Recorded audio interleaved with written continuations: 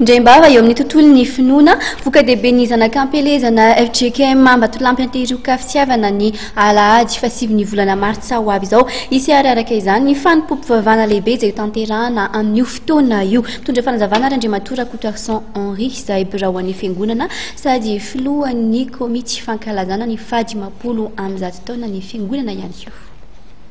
Zanak'ampelezana Ambatolampy antehiroka fitiavana zay anao voka-dehibe amin'ny alahady fa 7 volana marsa io iatsona ny zanak'ampelezan'ny fiangonana rehetrarehetra na ny eto Antananarivo manodidina zany na ny ra Madagasikara ary fantatra moa fa mandeha hita ny velany koa zao vaovao zao dia indrindra koa ny zanak'ampelezan'ny fiangonana any velany Madagasikara rehetra any.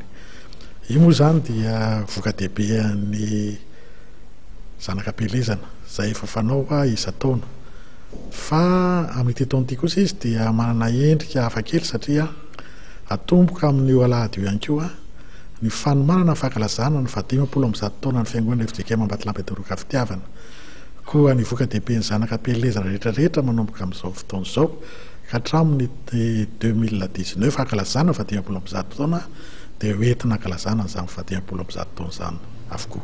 Araka nefa mahazatra ny fiangonana moa rehefa voka-dehibe tahaka izao fotoan-dehibe tahaka izao dia ahafahany rehetra midera an'Andriamanitra dia ny reny fiangonana dia miditra amin'ny enina. Avy eo kosa ny zanak'ampelezana no misy fitaovavahana manomboka amin'ny sivy izay faranana amin'ny fandraisana fanazan'ny tompo. Araka ny fanolazaiko teo moa dia voka-dehibe manokana izy ity satria fanombohana ny fiaraha-mivavaka amin'ny zanak'ampelezana sy ny fiangonana, fitondranam-bavaka ny 100 taona ny fiangonana ihany koa. Zava-dehibe tokoa zany 100 taona ny fiangonana zany satria fantatsika ry havana rehetra ao amin'ny tompo indrindra zanak'ampelezana Ambatolampy antehiroka fitiavana fa jobily 7 zany. Indroa zay tsika nanao jobily 50 taona ny fiangonana 100 taona ny fiangonana jobily 7 ty ho an'ny fiangonana Ambatolampy antehiroka fitiavana. Isa masina zany 3 zany.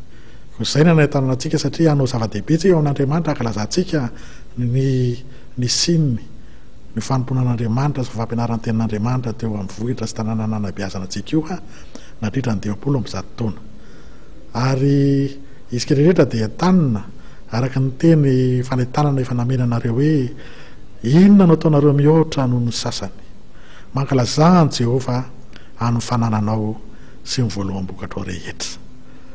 Ka raha misy vokatra vitanao azonao fananana azonao andritr'izay na 100 taona nisy an'ny fiangonana izay sy ny ainanao tao ambany fitain'Andriamanitra dia angatan'Andriamanitra hoentinao hanompo azy izay fanananao sy voaloam-bokatrao. Koa amin'io fotoana koa dia rehefa vita ny fandraisana fanazan'ny tompo dia ampifaliana ho an'ireny fiangonana no manolotra sakafo iarahantsika mihinana amin'ny anaran'ny tompo.